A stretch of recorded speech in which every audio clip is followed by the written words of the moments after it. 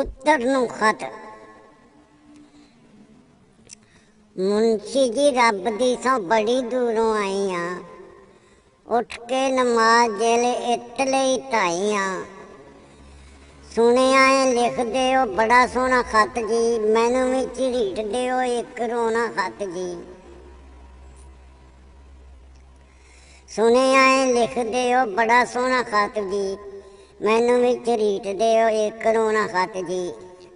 आया नहीं जवाब कोई वरा होया गए नू, जांदा नहीं वसारिया जी पुत्रां दी शै नू।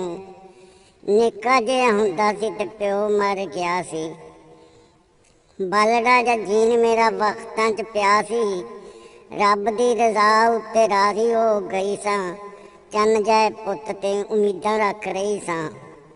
सौहरे ते शरीकना ने डैन मैनू आखिया, देवरां ते जेठां भी ना भैन मैनू आखिया। हाय रब्बा फिर किहड़े पेकियां ते जांदी मैं, मोए होए बाबले दे गल पाई पांदी मैं।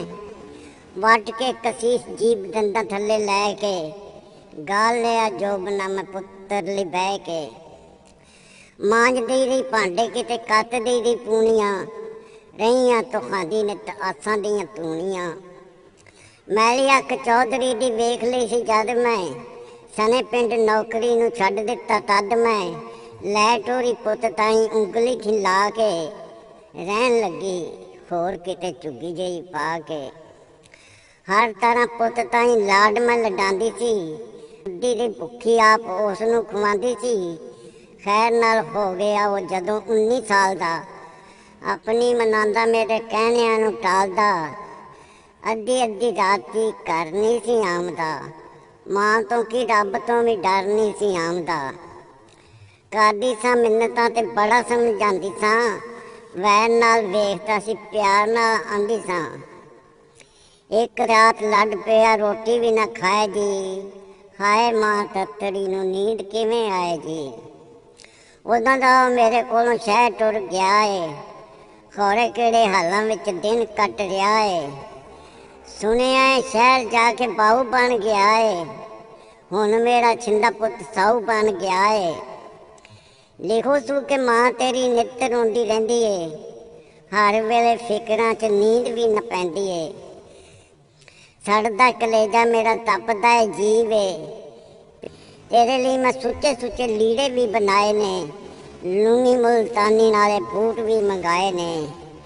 आ जावे चन्ना अगों ईद भी पई आउंदी है, आ जावे चन्ना अगों ईद भी पई आउंदी है। वेख तेरी मां किवें वास्ते पे पाउंदी है, वेख तेरी मां किवें वास्ते पे पाउंदी है।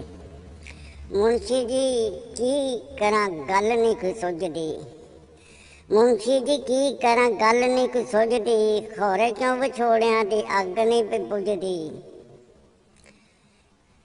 कीते मैं वजीफे कई तस्बीहां फेरियां, सिजदे च पै पै के अथरूं विकेरियां।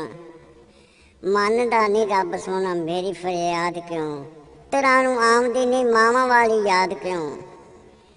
लिख दिओ तकीद नूं खत नहीं तारे, वेख लवे मूँह आके मरन नूं तैयार है। इन्नी गल कह के बेहोश जही हो गई, रूह मेरी कंब गई ते कलम मेरी रो पई।